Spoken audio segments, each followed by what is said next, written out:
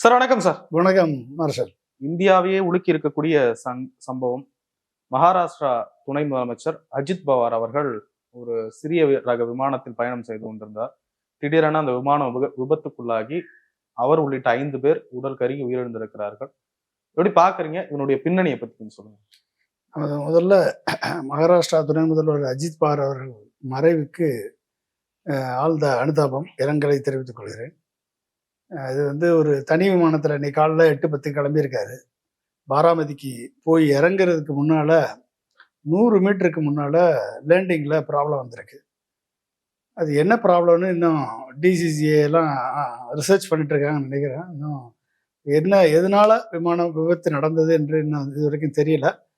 இது மெக்கானிக்கல் ப்ராப்ளமா, இல்லை நேவிகேஷன் கண்ட்ரோல் ப்ராப்ளமா, இல்லை பூர் விசிபிலிட்டியா? ஏன்னா செகண்ட் அட்டம்ப்டில், ஃபர்ஸ்ட் அட்டம்ப்டில் அவங்களால இறங்க முடியல, செகண்ட் அட்டம்ப்டில் தான் இறங்க ட்ரை பண்ணும் போதும் இந்த விபத்து நடந்திருக்குன்னு சொல்கிறாங்க. இது அதனால பூர் விசிபிலிட்டினாலையா, இல்லை கிராஸ் விண்டுனாலையா, இல்லை இன்ஃப்ளைட் கண்ட்ரோல் ப்ராப்ளத்தினாலையா அப்படின்றது நம்மளுக்கு தெரியல. இல்லை பைலட் எரரா, இல்லை மெக்கானிக்கல் ப்ராப்ளமா, என்னென்னு என்ஜின் ப்ராப்ளமானு தெரியல. இது துரதிருஷ்டவசமாக 100 மீட்டருக்கு முன்னாலேயே விழுந்து நொறுங்கி சிதறி தீப்பிடிச்சு எரிஞ்சிருக்கு. குரூ மெம்பர்ஸ் 2 பேர், அஜித் பவார் +2 ஸ்டாஃப், இவங்க செக்யூரிட்டி ஸ்டாஃபு 2 பேர் சேர்ந்து 5 பேர் சம்பவ இடத்திலேயே மரணம் அடைந்திருக்கிறார்கள். இது ஒரு மிகப்பெரிய துரதிருஷ்டவசமான ஒரு சம்பவம். இப்படிப்பட்ட இந்த ஃப்ளைட் ஒரு 12 வருஷத்து ஓல்டு ஃப்ளைட்டுன்னு சொல்கிறாங்க. இது மாதிரி தனிப்பட்ட விமானங்களில் நானும் பயணம் பண்ணியிருக்கேன், பல்வேறு இடங்களுக்கு போயிருக்கோம். இது சர்வசாதாரணமாக நார்மலாக இருக்கும். இது ஒரு எக்ஸ்ட்ரேனியஸ் சர்க்கம்ஸ்டன்சஸ்லாம் இது மாதிரி நடக்கிறதுக்கு வாய்ப்பு இருக்குது. இது ஹியூமன் எரரா, இல்லை டெக்னிக்கல் எரரா, இல்லை இதற்கு பின்பு எதுவும் சதி இருக்கிறதா என்பதை பற்றி தீவிரமாக விசாரித்தால்தான் இது தெரிய வரும். இது விசாரணைக்கு பின்பு தான் இது ஒரு முடிவு எடுக்க வேண்டிய சூழல் வரும்னு நினைக்கிறேன். இல்ல, ஒரு விமானம் கிளம்புதான் அது முன்னாடி எல்லா முன்னேற்பாடுகளும் செஞ்சிருப்பாங்க. இது ஹியூமன் எரரா இருக்கிறதுக்கான வாய்ப்புகள் எப்படி அதிகமா இருக்கும்? ஒரு விமானம், எல்லா விமானமுமே ப்ராப்பரான மெயின்டெனன்ஸ், ஓவர் ஆயிலிங் சிஸ்டத்துக்குள்ளே போய் தான் வரும். அது ஃபியூயல் சிஸ்டம் இருக்கட்டும், இல்லை ரெடார் இருக்கட்டும், இல்லை பைலான்ஸ் ஒர்க் பண்ணுதா ஒழுங்காக, ஃப்ளைட் கண்ட்ரோல் சிஸ்டம் ஒழுங்காக ஒர்க் பண்ணுதா, ஃபியூயல் சிஸ்டம் ஒழுங்காக இருக்கா, என்ஜின் பெர்ஃபெக்டாக ஒர்க் பண்ணுதா என்பதை பற்றி regular operation and maintenance system கரெக்டாக தான் இருக்கும். அதெல்லாம் ஒழுங்காக தான் செக் பண்ணுவாங்க. இது ground situation, take off and லேண்டிங்கில் எப்பயுமே ஒரு ஆபத்து இருக்குது. டேக் ஆஃபாக இருக்கும்போதும் சரி, லேண்டிங்லேயும் சரி ஒரு ஆபத்து இருக்கும். அப்போ அதை மேனேஜ் பண்ணக்கூடிய விதத்தில் ஃபெயிலியர், டெக்னிக்கல் ஃபெயிலியர் அப்படின்னா ஒன்றும் பண்ண முடியாது. அதை பைலட்டு சில நேரங்களில் கிராஸ் விண்டு நடக்கும்போதும் இறங்குறது கஷ்டமாக இருக்கும். சில நேரம் பூர் விசிபிலிட்டி இருந்துச்சு அப்படின்னா இறங்குறது கஷ்டம். அதெல்லாம் ஏர் டிராஃபிக் கண்ட்ரோலோட அவங்களோட இன்ட்ராக்ட் பண்ணி தான் அதெல்லாம் பண்ண முடியும். எனவே இது என்ன ரீசன் அப்படின்றது நம்ம தீவிர விசாரணைக்கு முன்பு அந்த பிளாக் பாக்ஸ் எல்லாம் கிடைச்ச பிறகு தான் நம்மளுக்கு இதனோட ரீசன் என்னன்றதை நம்மளுக்கு தெரிய வரும். இது சில நேரங்களில் இது நேச்சுரல் கண்டிஷன்ஸில் நடக்கலாம், சில நேரங்களில் டெக்னிக்கல் இஷ்யூஸ்லாம் நடக்கலாம், சில நேரங்களில் என்ஜின் ஃபெயிலியர் ஆகிருக்கலாம், சில நேரங்களில் ஹியூமன் எரராக இருக்கலாம், பைலட் எரராக இருக்கலாம். இது எல்லாத்துக்குமே வாய்ப்பு இருக்குது. அதனால் நம்ம யாரையும் ஒரு விவரம் தெரியாமல் நம்ம குறை சொல்ல முடியாது. அது சில நேரங்களில் சதியாக கூட இருக்கலாம். அதனால் அந்த சதி எப்படி பின்னப்பட்டது, சதி வலை எப்படி பின்னப்பட்டது என்பதை எல்லா சிஸ்டம் கண்டிஷன் சரியாக இருக்குது அப்படின்றப்ப ஹியூமன் எரர் நடந்திருக்கலாம் அப்படின்னா அது சதியாக இருக்கலாம். ஏன்னா ஹியூமன் எரர் இருந்துச்சுன்னா வேணும்னே அதை நம்ம அதுக்கான ஒரு சூழல் ஏற்படுத்தினா, ஃப்ளைட்டுக்குள்ள இருக்கவங்க தான் அதை பண்ண முடியும், வெளியில இருந்து கூட கண்ட்ரோல் இருக்கவங்க தான் பண்ண முடியும். ஸோ பைலட் எரராக இருக்கலாம், அந்த மாதிரி.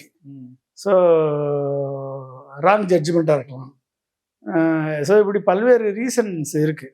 அது சதியா என்னன்னு நம்மளுக்கு தெரியாது. ஊழல், ஏற்கனவே அவர் மேலே 20,000 கோடி ஊழல் குற்றச்சாட்டு குற்றம் சுமத்தப்பட்டு அஜித் பவார் கேம்ப்ல இருந்து பிஜேபிக்கு சென்றவர் அவர். திரும்பியும் அஜித் பவார் கேம்புக்கு வந்து திரும்பவும் அங்கே போய் இன்றைக்கு துணை முதலமைச்சராக இருக்கிறார். எனவே வந்து ஒரு இது வந்து அரசியல் பின்புலம் இருக்கிறதா, இல்லை இது வந்து நேச்சுரலாக நடந்த விபத்து தானா என்பதை பற்றியெல்லாம் விசாரணை செய்யும் பொழுது தான் நமக்கு தெரிய வரும். இது விமானம் எப்படிங்க சார் அந்த இறங்குற டைம்ல தான் இந்த மாதிரியான விபத்துகள்லாம் நிறைய ஏற்படுது பாக்க. எதனால அந்த டைம் மேல எல்லாம் எதுவும் இருக்காது? இல்லை, டேக் ஆஃப் அண்ட் லேண்டிங் டைம்ல நீங்க வந்து ரைட்டான ரன்வே கிட்ட போய் இறங்கணும், ஸ்பீடு மெயின்டைன் பண்ணணும், விசிபிலிட்டி பார்க்கணும், கிராஸ் விண்ட் இருக்கான்னு பார்க்கணும். மெனி பேராமீட்டர்ஸ் இருக்கு. லேண்டிங் கியர் ஒழுங்கா லேண்டிங் கியர் இறங்கியிருக்கான்னு தெரியாது. இப்போ லேண்டிங் கியர் இறங்கலைன்னு வச்சுக்கோங்க, நேராக போய் டக்குன்னு ரன்வேல போய் விழுந்துடும். இப்போ ரன்வேக்கே இது போகலை, அதுக்கு முன்னாலே 100 மீட்டருக்கு முன்னாலே விழுந்துருச்சு. இப்போ லேண்டிங் கியர் ஓப்பன் ஆச்சா இல்லையான்னு நம்மளுக்கு தெரியாது. இப்போ லேண்டிங் கியர் ஓப்பன் ஆகலைன்னு வச்சுக்கோங்களேன், இது ரன்வேல போய் கிராஷ் ஆயிரும். அப்போ அதுக்கு ஒரு ஆப்பர்ச்சுனிட்டி இருக்குது. புவர் விசிபிலிட்டி இருக்கும் போதும் இதுதான் நம்ம சரி ரன்வே நினச்சிட்டு அதுக்கு முன்னாலே இறங்கினாலும் அதுக்கு வாய்ப்பு இல்லைன்னு நினைக்கிறேன். பட் அதுக்கு முன்னால் இறங்கியிருந்தா, ரன்வேக்கு முன்னாலே இறங்கியிருந்தா, காட்டில் தானே 100 மீட்டருக்கு முன்னால் இறங்கியிருக்கான்னு சொல்கிறாங்க அவங்க. அப்போ இறங்குச்சா, இல்லை வெடிச்சு செதறிச்சா, இல்லை வந்து என்ஜின் ஆஃப் ஆயிடுச்சா, இது நம்மளுக்கு எதுவுமே தெரியாத. என்ஜின் ஆஃப் ஆயிடுச்சா, இல்லை ஃபியூயல் சப்ளை கட் ஆயிடுச்சா, இல்லை வந்து system in-flight system mechanical problem, எதுவும் mechanical ப்ராப்ளத்தினால flyway control system work பண்ணலையா அப்படின்றதெல்லாம் நம்ம வந்து இப்போதைக்கு நம்மளுக்கு தெரியாது. அந்த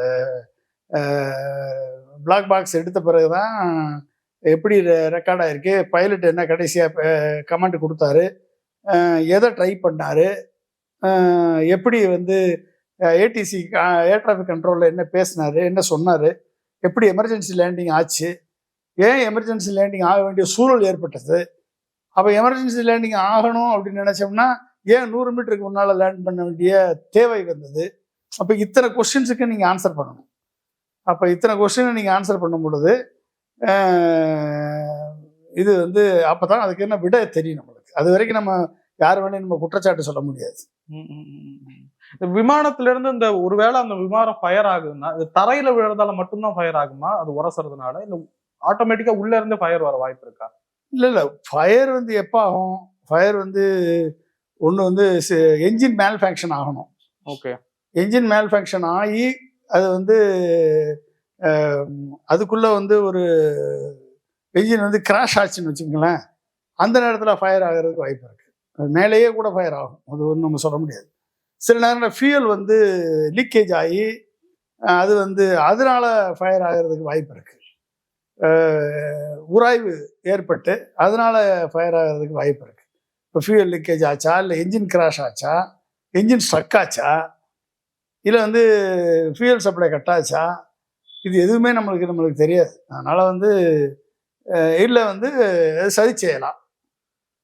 இப்போ வெடி விபத்து ஏற்பட்டதா இதெல்லாம் நம்ம பார்க்கணும்ல, நம்மளுக்கு தெரியாது எப்படி சுச்சுவேஷன், என்ன சுச்சுவேஷனில் 100 மீட்டருக்கு முன்னால் லேண்டிங்கில் எமர்ஜென்சி லேண்டிங், ஏன் எமர்ஜென்சி லேண்டிங் கேட்டார், எமர்ஜென்சி லேண்டிங் கேட்கறதுக்கு 100 மீட்டருக்கு முன்னால் போய் கேட்க வேண்டிய அவசியம் ஏற்பட்டதுக்கு காரணம் என்ன அப்படின்றது தெரியணும்.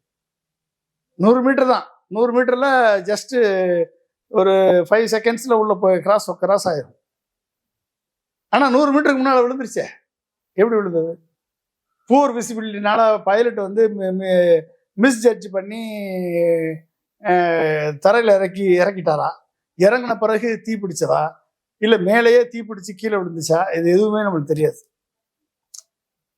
அப்போ வந்து இது எல்லாமே வந்து விசாரணைக்கு பின்பு தான் நம்மளுக்கு வந்து தெரிய வரும். அப்புறம் தான் இது சரி செய்யலாம், இல்லை வந்து டெக்னிக்கல் ப்ராப்ளமா, இல்லை வந்து இது எமர்ஜென்சி லேண்டிங்கில் ஏற்பட்ட கிளிச்சா அப்படின்றதெல்லாம் தெரிய வரும். எனவே வந்து இப்படி ரேர் தான் நடக்கும். இப்போ அடிக்கடி விஜய் வந்து விமானத்தில் போயிட்டுருக்காரு, இந்த மாதிரி விமானங்களில் தான் போயிட்டுருக்காரு அவர். எல்லா சினிமா பிரபலங்களும் எல்லா அரசியல் பிரபலங்களும் குயிக்காக போகணும்னு நினச்சா அந்த மாதிரி தனிப்பட்ட விமானங்களை ஹையர் பண்ணி போகிறாங்க. ஆனால் அந்த விமான ஓட்டி அந்த விமான நிறுவனங்கள் வந்து அந்த விமானத்தை ரைட்டாக அப்கீப்பாக வச்சுருக்காங்களா, மெயின்டெனன்ஸ் கரெக்டாக இருக்கா அப்படின்றதெல்லாம் செக் பண்ண வேண்டிய பொறுப்பு அவங்களுக்கு இருக்குது. அதெல்லாம் நம்ம பேசஞ்சர்ஸால் டிசைட் பண்ண முடியாது. நம்ம நம்பி தானே ஏற முடியும், நம்ம நம்பி தான் ஏறி போக முடியும். அதனால் வந்து நான் எத்தனையோ இடத்துல பல்வேறு சூழலில் நான் வந்து பல்வேறு நிலைகளில் டாக்டர் அப்துல் கலாமோட இந்த மாதிரி தனிப்பட்ட விமானங்களில் பயணப்பட்டிருக்கேன். அதே மாதிரி ஹெலிகாப்டரில் பயணப்பட்டிருக்கேன். அந்தமானில் ஒரு வட்டம் நாங்கள் ஹெலிகாப்டரில் சுனாமி வந்த பிறகு நாங்கள் அதை பார்வையிட போனோம். ட்ரிக்கெட் ஐலாண்டை போயிட்டு திரும்பி வரும்போதும் பயங்கரமான அவர் கலாம் சாருடைய ஹெலிகாப்டர் முதல்ல போயிடுச்சு. நாங்கள் வந்து பவன்ஹன்ஸ் ஹெலிகாப்டர் நாங்கள் போயிட்டுருக்கோம். எங்களை சுற்றி வந்து கருமேகங்கள் சூழப்பா இருக்குது. கடலுக்கு மேலே பறக்கிறோம். கருமேகங்கள் சூழ்ந்து வந்துட்டு இருக்கு. பைலட் 2 பேருமே அவங்களுக்குள்ள பேசிக்கிறாங்க, எப்போ விழுகும் அப்படின்ற மாதிரி. எங்களுக்கு ஒரு பெரிய ஒரு மனசுக்குள்ள ஒரு அவங்க பேசுகிறத மொழியை வச்சு பைலட் பேசுகிறத வச்சு ஏதோ சம் ப்ராப்ளம் அப்படின்ற மாதிரி இருக்குது. நாங்கள் 5 பேர் இருக்கோம். நான், சுவாமிநாதன், 2 ஏடிசி, ஒரு பிஎஸ்ஓ இருக்கோம். 5 பேர் இருக்கோம். 5 பேர் பவன்ஹன்ஸில் போயிட்டுருக்கோம் ஹெலிகாப்டரில். அது போகும் பொழுது கருமேகங்கள் மேகத்தை சுற்றி போகிறாங்க. மேகத்துக்குள்ளே போக முடியாது. அப்போ என்ன ஆகுது, சுற்றி போகும்போது அட்லீஸ்ட் நம்ம கரை தெரிஞ்சிட்டாலாவது கீழே விழுந்தா தண்ணியில் விழுந்துட்டோம்னா நீந்தியாவது போயிடலாமே அப்படின்னு சொல்லி நாங்கள் பேசிட்டு வர்றோம், உள்ள மனசுக்குள்ளே பேசிட்டு வர்றோம்.